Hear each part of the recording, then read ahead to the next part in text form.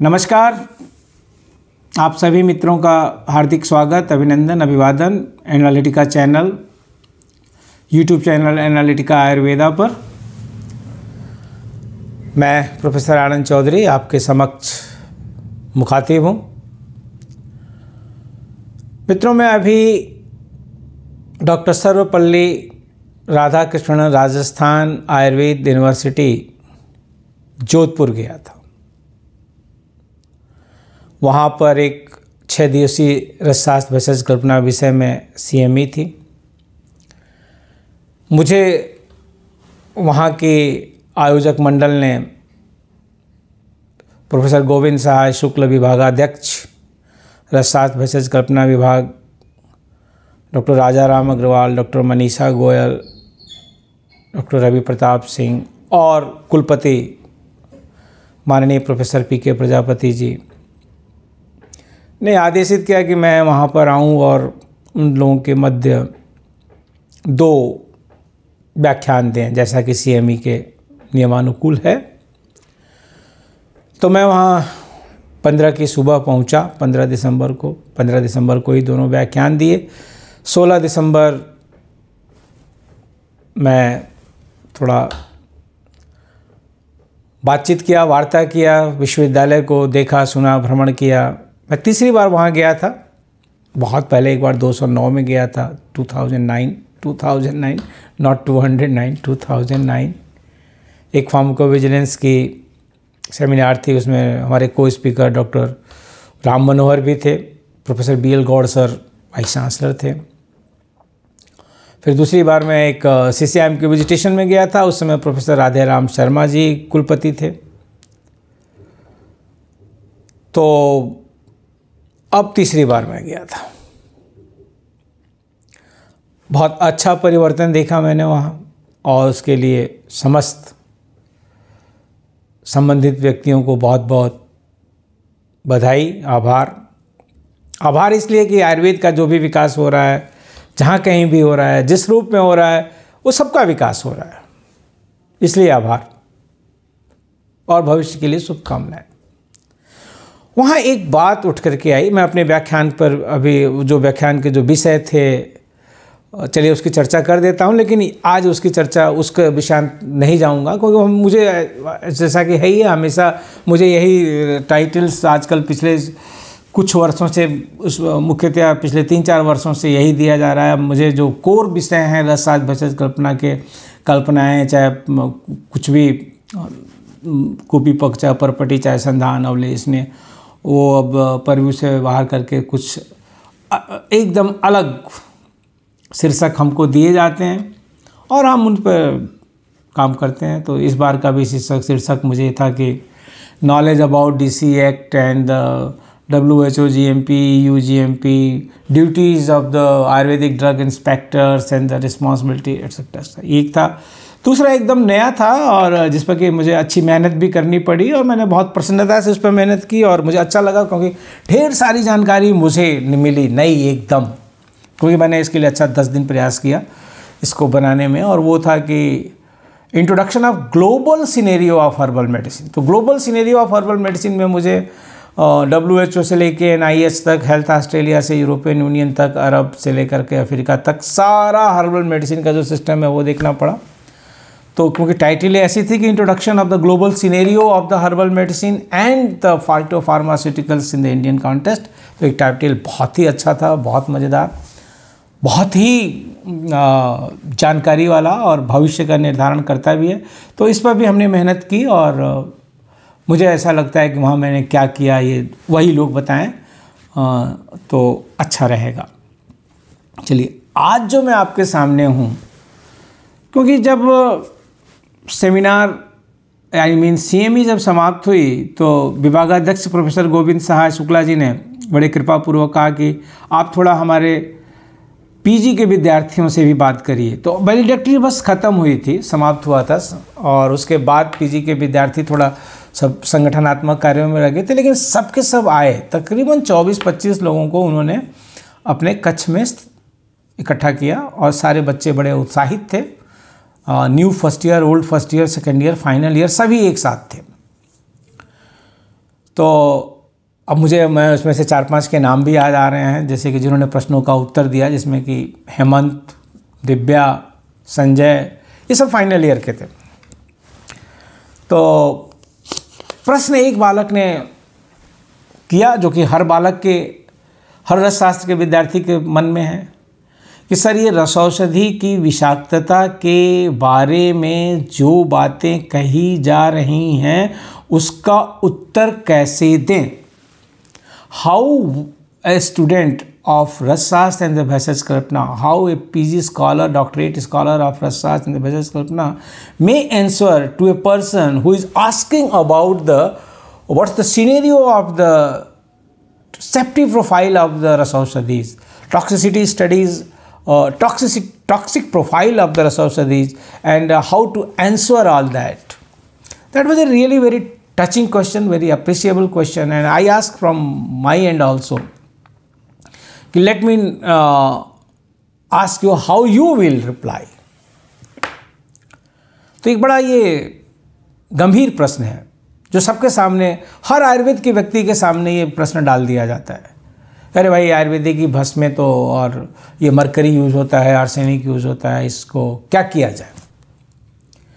तो हमने उनको जो बात कही, मैं सोचता कि ये बात मैं इस पब्लिक फोरम पे आकर के कहूँ, और जिससे कि शायद इस समस्या से हम में से सभी लोग पीड़ित हैं। 100% आयुर्वेद के जो भी लोग हैं उनसे सवाल ज़रूर पूछा जाता है कि आपके भस्मों की विषाक्तता के बारे में आपको क्या कहना है।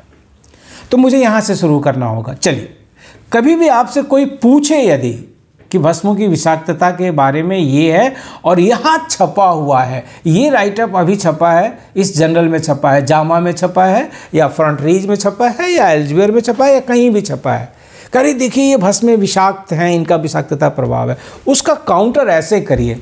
वो कौन सी नई बात आप बता रहे हैं, या मैं उत्तर पर बता रहा हूँ, उनसे सीधे कहिए, अरे या आप इसमें से नई कौन सी बात बता रहे हैं कि ये भस्में विषाक्त हैं, या उस भस्म ने विषाक्तता उत्पन्न कर दी, या उन भस्मों से ये दुष्प्रभाव हो रहे हैं। आप नया कुछ भी नहीं बता रहे हैं। हाँ, इसी तरह से बोलिए। और पहले उनको ये बताइए कि हमने 1500 साल काम किया है तब ये चीज़ें आई हैं।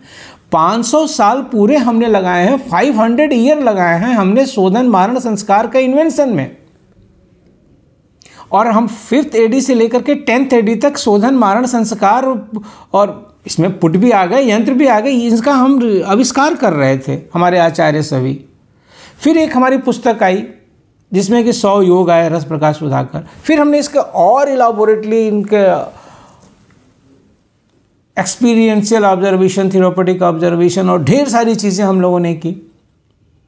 और साथ ही साथ उस समय के आचार्य ने पहले से लेकर के अंतिम तक, रस तरंगिणी के आचार्य सदानंद शर्मा जी ने, सबने ये बात कही, पूरी तरह से ये बात कही कि अगर भस्म अपक्व है, यदि भस्म ढंग से नहीं बनी हुई है, यदि शोधन की प्रक्रिया सही नहीं है, उसको अलग से कहा कि अगर अशुद्ध अशोधित मटेरियल को लेने से ये विषाक्तता होगी, अपक्व से ये होगी। भस्म परीक्षा में अगर अवामी टेस्ट नहीं पास किया है, रेखापूर्ण नहीं पास किया है, वारितर नहीं पास किया है, तो ये अमुक के साइड इफ़ेक्ट्स होंगे। और ऐसा कोई ऐसा रोग नहीं वहाँ बताया गया है जो कि अपक्व और ड्यूरेशन ज़्यादा होने से, ये भी अलग से वर्णन है कि ड्यूरेशन अगर ज़्यादा है, डोज ज़्यादा है तो क्या होगा। बहुत लंबी वार्ता हो जाएगी, लेकिन कब दाह होगा, कब जो होगा, कब मूर्छा आ जाएगी, कब कोप हो जाएगा, कब, सब कुछ बताया हुआ है, पारद संस्कार से लेकर के और धातुएं और खनिजों के शोधन तक। चाहे जिसको उठा लीजिए, माक्षी, कभ्रक, शिलाजीत, हड़ताल, मनाशिला, इवन गंधक तक का। तो जो साहब आपसे कहें कि नहीं ये विषाक्तता हो रही है, तो उनका नया आविष्कार नहीं है ये, कि बड़े खुश हो रहे हैं कि हमने ये रिवील किया है कि अरे ये भस्म और ये धातु साइड इफ़ेक्ट्स डाल रही हैं। नहीं, आपने ऐसा कुछ नया नहीं किया है। आप नोबेल प्राइज़ मिलने की आशा मत रखिए कि आपको नोबेल प्राइज़ मिलने जा रहा है कि आपने ढूंढ लिया कि भस्मों से विषाक्तता होती है मानव जाति के ऊपर। नहीं, कतई नहीं, आपने कुछ नया नहीं ढूंढा है। आप तो कुछ और कर रहे हैं, उस पर हम बाद में बात करते हैं। हमारे आचार्यों को एक एक तथ्य पता है, रहेगा कि अगर हमने मैन्युफैक्चरिंग में कंप्रोमाइज़ कर दी भस्म बनाने के, शोधन की प्रक्रिया सही नहीं की, मारण की प्रक्रिया सही नहीं की, संस्कार नहीं किया, अमृतीकरण ढंग से नहीं हुआ जहां आवश्यक है, लोहितीकरण ढंग से नहीं हुआ जहां आवश्यक है, भस्म परीक्षा के सारे मानक हमने अगर पूरे नहीं किए, अपुनर्भव रेखा पुनर्वारितर से लेकर के दूसरी तक, ऊनम से अवामी तक, निरुद्ध तक, अंजन से, मतलब वो अब एक अलग बात आ जाती है कि अब इसको सिस्टमेटाइज करें कि हम भस्म परीक्षा में एक फिजिकल सेट है, एक केमिकल सेट है, एक बायोलॉजिकल सेट है। अवसर आएगा तो ज़रूर इसके ऊपर भी एक मैं वीडियो बनाऊंगा कि भस्म परीक्षा को आप 3 हिस्सों में बांट सकते हैं। Those characters which are indicative of physical characters of the bhasma, those which are indicative of chemical characteristics of the bhasma, those tests which are biological manifestation of or the characteristics of that bhasma। तो भस्म परीक्षा के द्वारा उन लोगों ने sure किया था, और अगर वो पूरा नहीं हो रहा है तो उन्होंने खुद बताया है कि आपको हर रोग होगा। यहाँ तक कि मोटा मोटा मैं कह दूं तो जिस औषधि में वो भस्म की चिकित्सा प्रयोग हो रही है और अपक्व भस्म है और ढंग से नहीं बनी हुई है, ड्यूरेशन ज़्यादा है, डोज ज़्यादा है, वही और रोग उत्पन्न करने की भी बात कही गई है। अभी मेरा ये एक ड्रीम प्रोजेक्ट है और अभी मैं इसको क्या रिवील करूं, लेकिन हाँ, इस पर मैं अभी कुछ काम करना चाह रहा हूं रसशास्त्र के एक विद्यार्थी के रूप में। तो पहला उत्तर ये कि आपने जो रिसर्च पेपर छाप दिया कि भस्मों से ये विषाक्त प्रभाव आ रहा है, आपकी नई खोज नहीं है। हम इसके बारे में 5वीं शताब्दी से ही बात करते आ रहे हैं, 1700-1800 साल हो गए। हम ये जानते हैं ढंग से कि अगर हमने ढंग से काम नहीं किया, हमने उत्तम तरीके से भस्म नहीं बनाई, हमने सही द्रव्यों का प्रयोग नहीं किया, हमने प्रक्रिया को पूरा ढंग से उसके परिणाम तक, परीक्षण तक नहीं पूरा किया, तो हमारी भस्म नुकसानदायक है। ये हमारे आचार्य हमको बता के गए हैं। You are not telling anything to new to us. our acharyas have given us the whole directives, what we have to do, how we have to do, when what we have to do, and then if you will not do all that, if you will not follow that, all that with the in totality, we are going to create a poison, not a bhasm, which may be a panacea। पहली बात। फिर वो कहें आज के ज़माने के हिसाब से आप कुछ प्रूफ बताइए। वो तो ठीक है, उन्होंने लिख दिया था कि ऐसा होता है, ऐसा होता है। अच्छा, ऐसा, पहले तो वो आश्चर्य करेंगे कि अच्छा ऐसा लिखा हुआ है, और ही ऐसा लिखा हुआ है, बहुत आश्चर्य होगा उन लोगों को। आप PDF फॉर्म रखिए, सब रस तरंगणी का और रस समुच्चय का सबका PDF कॉपी रखिए और तुरंत उनको खोल के दिखा कर करिए, देखिए तो ये लिखा हुआ है कि नहीं लिखा हुआ है। सुरक्षात्मक हमेशा नहीं खेलना होता है, कभी T20 भी खेलना चाहिए, वनडे वाला भी। टेस्ट मैच तो हम लोग खेल ही रहे हैं, तो जब ऐसे प्रश्न आए तो T20 पे आ जाना चाहिए, है ना।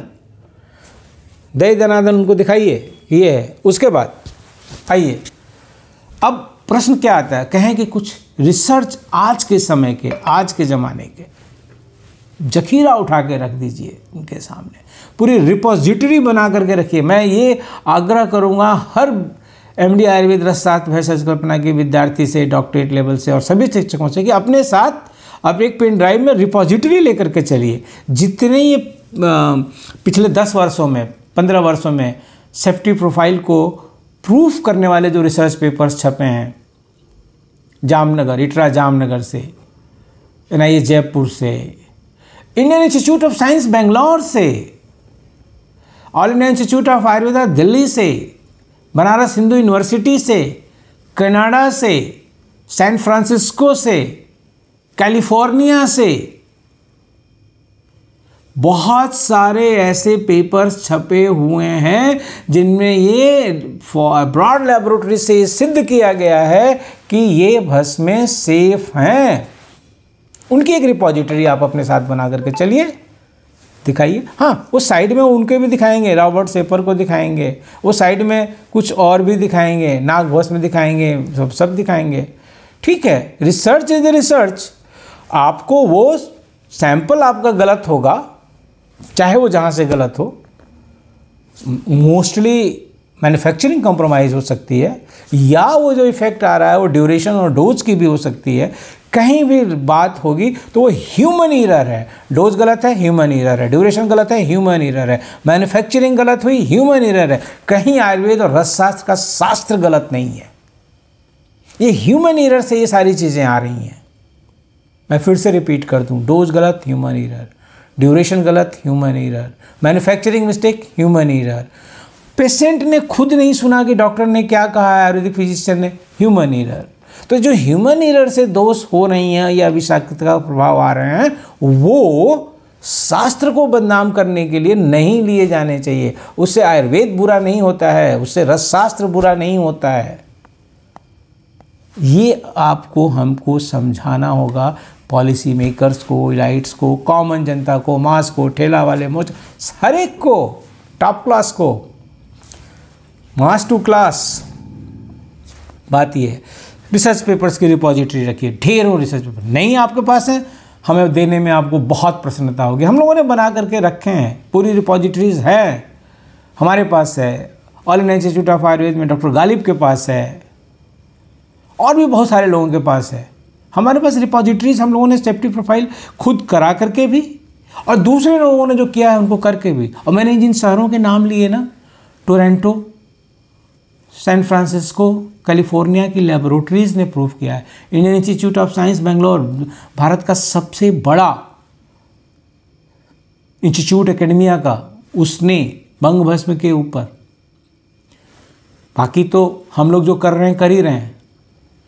दूसरी साइड में भी लोग नेगेटिव पेपर्स रखे हैं, लेकिन वहाँ ये ध्यान रखिए, दोनों पेपर्स में क्या अंतर है। इधर क्लासिकल तरीके से अनकम्प्रोमाइज्ड मैन्युफैक्चरिंग है, इधर कंप्रोमाइज्ड मैन्युफैक्चरिंग में बी और एनी अदर रीजन्स।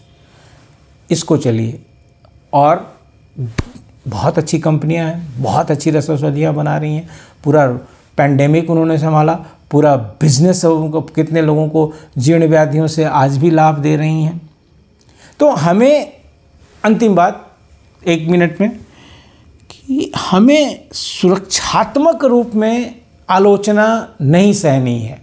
मेरा एक ही निवेदन है प्रत्येक रसशास्त्र के और प्रत्येक आयुर्वेद रसशास्त्र वालों से विशेषता, और प्रत्येक आयुर्वेद के विद्यार्थी से, यदि आपसे कोई भस्मों की विषाक्तता पर बात करता है तो उसको तथ्य बताइए कि ये आप कोई नई चीज़ नहीं कर रहे हैं, हमारे आचार्यों को संज्ञान में था। हमारे पास शोध प्रपत्र छप रहे हैं लगातार, जो कि प्रूफ कर रहे हैं हमारी सेफ्टी को, हमारी इफिकेसी को, अगर हमारी ड्रग क्वालिटी की है तो। अदरवाइज़ तो हम भी कह रहे हैं कि अगर ड्रग क्वालिटी की नहीं है, जीएमपी सर्टिफिकेशन या जीएमपी को नहीं फॉलो कर रहा है, उसका मैन्युफैक्चरर कंप्रोमाइज़ कर रहा है, शोधन 7 बार करना है तो 3 ही बार कर रहा है, द्रव्य बदल दिया, ये जो भी कर दिया, तो निश्चित रूप से जहर बना रहा है। मगर इसकी भी जिम्मेदारी उसी सिस्टम की है जिस सिस्टम के हम लोग पार्ट हैं। Ayurvedic drug inspector, manufacturer, pharmacovigilance, जिसके हम सभी लोग पात्र हैं, उसको हमें दूर करना होगा, हमें उसको ठीक करना होगा। लेकिन सुरक्षात्मक रूप से खाली नहीं कि आलोचना सह करके बैठे हैं, हाँ भस्म में तो हैं, थोड़ी सी क्वेश्चन तो है थोड़ा भस्मों में। नो, नॉट एट ऑल, भस्मों में कोई क्वेश्चन नहीं है। मैं व्यक्तिगत रूप से अंतिम बात कह रहा हूँ, सन 21 में जो भी रहा भाग्य प्रारब्ध, मैं बीमार पड़ा। 21 से लेकर के 23 तक मैं लगातार रसौषधियों का सेवन कर रहा हूँ, लगातार बदल बदल करके। और शायद आपके बीच में पुनः इसलिए ही खड़ा हो पाया हूँ कि रसौषधियों ने मुझे खड़ा किया है। इसमें 2-4 नाम मुझे लेने में बड़ी प्रसन्नता होती है। हैदराबाद से डॉक्टर नागार्जुन कुट्टी, स्वर्ण भस्म, सहस्त्रपुटी अभ्रक भस्म, मोती भस्म, सब कुछ उन्होंने मुझे अवस्था विशेष के अनुसार दिया। इस समय भी मैं नाम तो लूँगा ही, मैं धूत पापेश्वर कंपनी की दवाओं को खा रहा हूँ, जो कि रस औषधियों में एक सिग्नेचर है। मैं ये कहना चाह रहा हूँ कि रस औषधियों को बचाने के लिए एक मुहिम की आवश्यकता है, एक आंदोलन की आवश्यकता है, और वो आंदोलन हमारे संगठनों को भी करना पड़ेगा, मुख्य रूप से विश्व आयुर्वेद परिषद को। और ये बड़ा संयोग का सुखद संयोग है कि उसके राष्ट्रीय अध्यक्ष भी एक रसाचार्य ही हैं, प्रोफेसर गोविंद सहाय शुक्ला जी हो या कोई और हो, लेकिन एक तो ये सुखद संयोग है। जो भी हो, जो भी हमारे संगठन हैं, जो भी हमारे व्यक्ति हैं, हम तो ये कहते हैं कि आज अगर कोई भी सफल चिकित्सक है, उसका प्रिस्क्रिप्शन उठा के देखिए, रस औषधियों से भरा होगा। तो इन्हीं शब्दों के साथ बात क्या है, सुरक्षात्मक मत खेलिए, आक्रामक बनिए, तथ्यों के आधार पर आक्रामक बनिए। और अगर कोई जो गलत तथ्य आ रहे हैं, कुछ लोगों को शास्त्र से धोखा करने के कारण, कुछ लोगों की आर्थिक विपन्नता, आर्थिक रूप से लालच के कारण या मानसिक रूप से वो विकलांग हो चुके हैं, जो लोग इस तरीके के काम करते हैं, उन लोगों का भी जिम्मेदारी को उठाते हुए थोड़ा हम लोगों को उत्तर देना होगा। लेकिन हम लोग जो उत्तर दें, आक्रामक तरीके से दें और अपने शास्त्र के अनुसार दें, और फिर जो हमने 15 वर्षों में पिछले शोध किया है उसके आधार पर दें और अपनी निपुणता से दें। अभिनंदन, अभिवादन, फिर मिलते हैं, धन्यवाद।